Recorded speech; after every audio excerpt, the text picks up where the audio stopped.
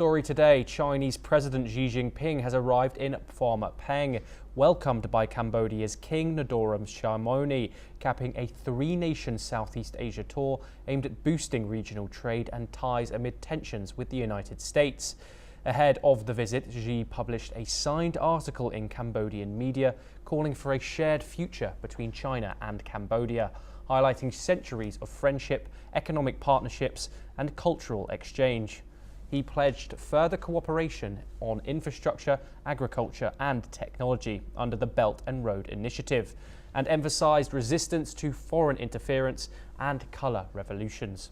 Xi's trip follows stops in Vietnam and Malaysia as Beijing looks to strengthen alliances in the region and counterbalance US trade policies. We are joined by Gautam Mukherjee, senior journalist, to discuss this further. Gautam, thank you very much for joining us. Gautam, why are these Southeast Asian nations so important to Beijing right now, especially amid this ongoing Chinese and United States trade war? Well, they're hoping, the Chinese are hoping that they will find alternate markets. The trouble is that they sell 500 billion to US alone.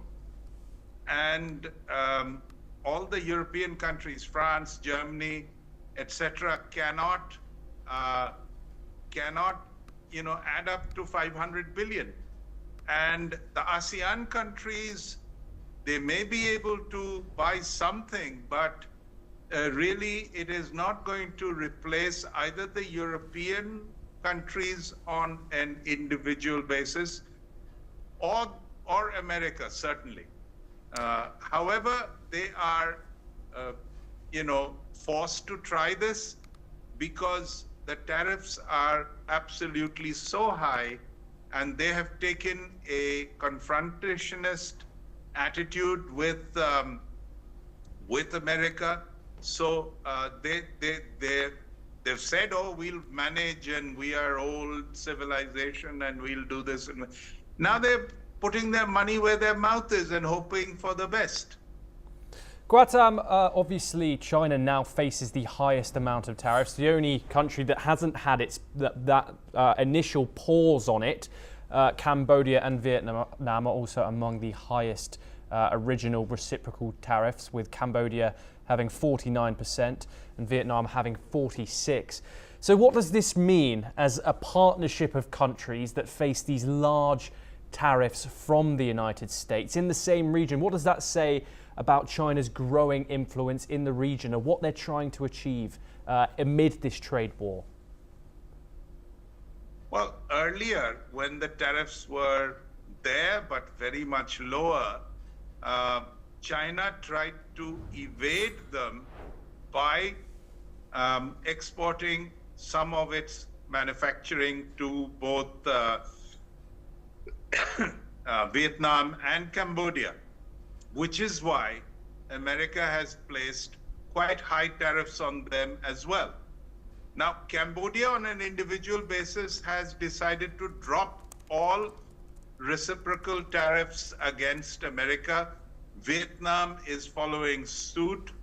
So maybe China is hoping that they will not continue to have very high tariffs on them, and the old arrangement of redirecting their exports via these two countries can continue.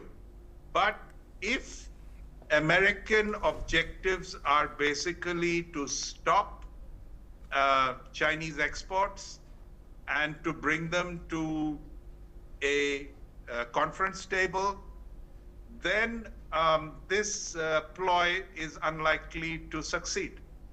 Gautam, what do you think of Chinese diplomatic tactics in this? Obviously, they've remained very calm and kind of appeared like America is the aggressor. The language their foreign ministry has used when talking about this tour, obviously, the people of Cambodia, the people of Vietnam, the people of Malaysia will be very excited to see the Chinese premier.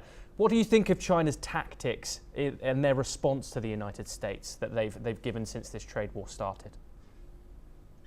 Well, I think the Chinese are trying to find a foothold in ASEAN amongst their trading partners, erstwhile and ongoing, as well as a foothold in Europe, which is in any case suffering because of an economic downturn, high inflation, high unemployment, and so on, and have been over the years, particularly Germany, to a large extent France, and to some extent Britain. Though Britain is not EU, but it has the same problem, dependent on Chinese goods and services and raw materials, and also for China to buy their finished goods. So what is being hoped, I would imagine, by Chinese diplomacy is that they might be able to make common cause. But I think America is one jump ahead and will punish whoever from wherever makes common cause with China so that they can, if you like, break the blockade. So it's going to be interesting times ahead. Yes. But China is the target, and China has to come to terms with America on a direct basis. Gautam Mukherjee, thank you very much for joining us. Very valuable insights as always. We stay in the Indo-Pacific now, where Malaysia